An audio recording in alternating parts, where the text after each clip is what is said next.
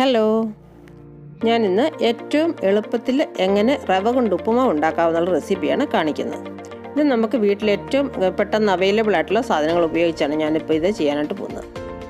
നമുക്ക് ആവശ്യമുള്ളത് ഓയിൽ, കടുക്, ചെറിയ ഉള്ളി അരിഞ്ഞത്, കറിവേപ്പില, ഇഞ്ചി അരിഞ്ഞത്, 2 പച്ചമുളക് ചെറുതായി അരിഞ്ഞത്, ആവശ്യത്തിന് ഉപ്പ്, ഒരു 400 ഗ്രാം റവ. ഇത്രയും സാധനങ്ങളാണ് ഞാനത് ഉപയോഗിക്കുന്നത്. ഇനി ഇതിൻ്റെ കൂടെ നിങ്ങൾക്ക് ആർക്കും ആവശ്യമുണ്ടെങ്കിൽ വെജിറ്റബിൾസ് നമുക്ക് ആഡ് ചെയ്യാൻ പറ്റുന്നതാണ്. അതായത് ക്യാരറ്റ്, ബീൻസോ ഗ്രീൻ പീസോ ഇങ്ങനെയുള്ള വെജിറ്റബിൾസ് നമുക്കിതിനകത്ത് ആഡ് ചെയ്യാൻ പറ്റും. ഞാനിപ്പോൾ ഏറ്റവും സിമ്പിളായിട്ടാണ് ചെയ്യുന്നത്, അതുകൊണ്ട് ഞാൻ മറ്റ് വെജിറ്റബിൾസ് ഒന്നും ആഡ് ചെയ്തിട്ടില്ല. ഇനി നമ്മളൊരു പാനിൽ കുറച്ച് വെള്ളം തിളപ്പിക്കാനായിട്ട് വെക്കുക. മറ്റൊരു പാൻ അടുപ്പത്ത് വെച്ച് നമ്മളതിലേക്ക് ചൂടായി കഴിയുമ്പോൾ അതിലേക്ക് ഒരു 3 സ്പൂൺ ഓയിൽ ചേർത്ത് കൊടുക്കുക.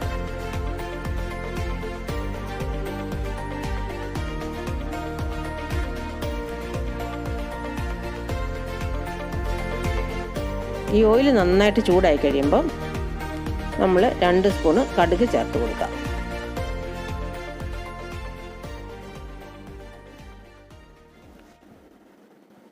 കടുക് നന്നായിട്ട് പൊട്ടിക്കഴിയുമ്പോൾ അതിലേക്ക് നമ്മൾ 2 സ്പൂണ് ഇഞ്ചി അരിഞ്ഞ് വെച്ചിരിക്കുന്നത് ചേർക്കുക.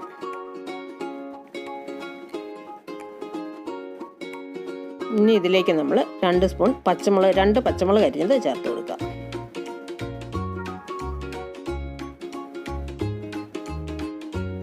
ഇനി ബാക്കി ചെറിയുള്ളി നമ്മൾ അരിഞ്ഞ് വെച്ചിരിക്കുന്നതോടെ ചേർത്ത് കൊടുക്കുക.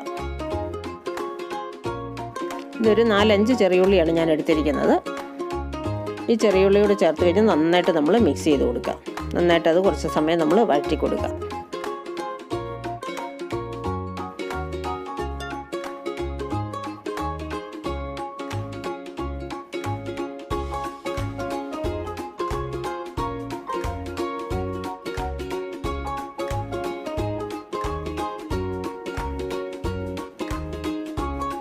ഇനി ഇതിലേക്ക് നമ്മൾ കറിവേപ്പില കൂടി ചേർത്ത് നന്നായിട്ട് വഴറ്റുക.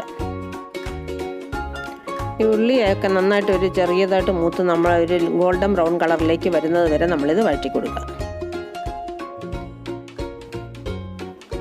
പിന്നെ ഗോൾഡൻ ബ്രൗൺ ആയി കഴിയുമ്പോൾ അതിലേക്ക് നമ്മൾ എടുത്ത് വെച്ചിരിക്കുന്ന റവ കൂടെ ചേർത്ത് കൊടുക്കുക. റവ ചേർത്ത് കഴിഞ്ഞ് നന്നായിട്ട് ഓയിലും എല്ലാം നന്നായിട്ട് മിക്സ് ആക്കുക.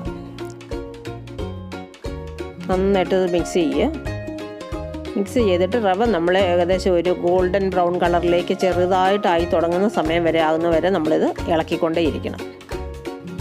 ഇത് നമ്മൾ ചെയ്യുമ്പോൾ എപ്പോഴും ഏറ്റവും ചെറിയ ഫ്ലെയിമിൽ വെച്ച് വേണം ചെയ്യാനായിട്ട്, അല്ലെങ്കിൽ റവ പെട്ടെന്ന് അടിയിൽ നിന്ന് കരിയാനായിട്ട് സാധ്യതയുണ്ട്.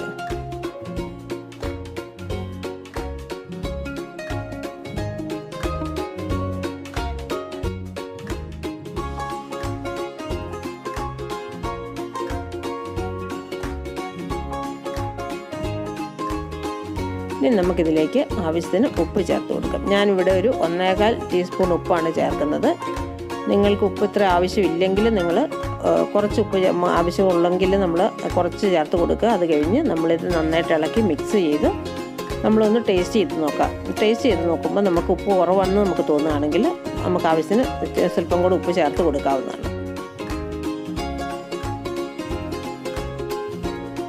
ഉപ്പ് ചേർത്ത് നന്നായിട്ട് ഇങ്ങനെ ഇളക്കി അത് ഒരു ലൈറ്റ് ഗോൾഡൻ ബ്രൗൺ കളറിലേക്ക് ആകുന്നത് വരെ നമ്മളിങ്ങനെ ഇളക്കിക്കൊണ്ടിരിക്കുക.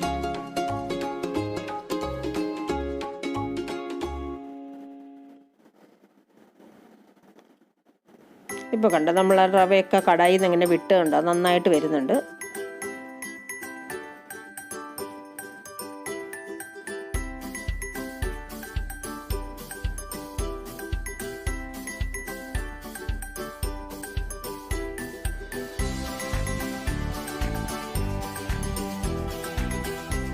ഈ സമയത്ത് നമ്മുടെ വെള്ളം നമ്മൾ ബോയിൽ ചെയ്യാൻ വെച്ചിരുന്നത് ബോയിലായിട്ടുണ്ടോ എന്ന് ശ്രദ്ധിക്കുക. നന്നായിട്ട് ബോയിലായ വെള്ളം വേണം നമുക്കിതിലേക്ക് ചേർത്ത് കൊടുക്കാനായിട്ട്. നമ്മുടെ വെള്ളം നന്നായിട്ട് ബോയിലായിട്ടുണ്ട്. നമ്മൾ വെള്ളം ചേർത്ത് കൊടുക്കാൻ പോവാണ്. ഏറ്റവും ചെറിയ ഫ്ലെയിമിൽ വെച്ച് വേണം ചെയ്യാനായിട്ട്, എല്ലാവരും അത് ശ്രദ്ധിക്കണം. ഓക്കെ, നമ്മൾ ആവശ്യത്തിന് വെള്ളം ചേർത്ത് കൊടുത്ത് നന്നായിട്ട് ഇളക്കുക. ഇത് നന്നായിട്ട് മിക്സ് ചെയ്തിട്ട് ഈ വെള്ളം ബോയിലായ വെള്ളം ആയതുകൊണ്ട് പെട്ടെന്ന് നമുക്കിത് വിറവ് പെട്ടെന്ന് ഇതിനകത്ത് കിടന്ന് വെന്തോളും. നന്നായിട്ട് ഇളക്കി കൊടുക്കുക. എല്ലാ ഭാഗത്തും വെള്ളം ചെല്ലത്തക പോലെ നമ്മൾ നന്നായിട്ട് ഇളക്കി കൊടുക്കുക.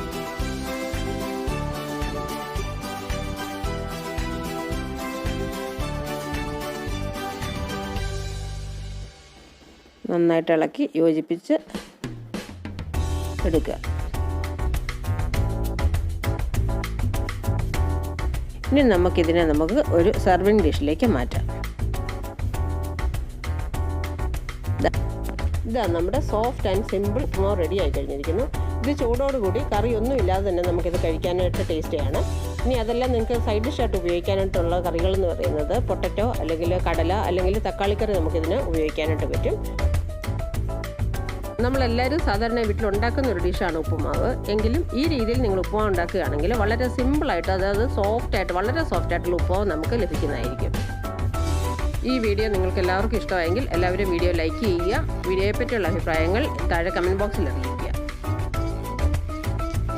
ഇനിയും ഇതുപോലുള്ള നല്ല നല്ല റെസിപ്പികൾ നിങ്ങൾക്ക് ലഭിക്കാനായി ചാനൽ സബ്സ്ക്രൈബ് ചെയ്യുക.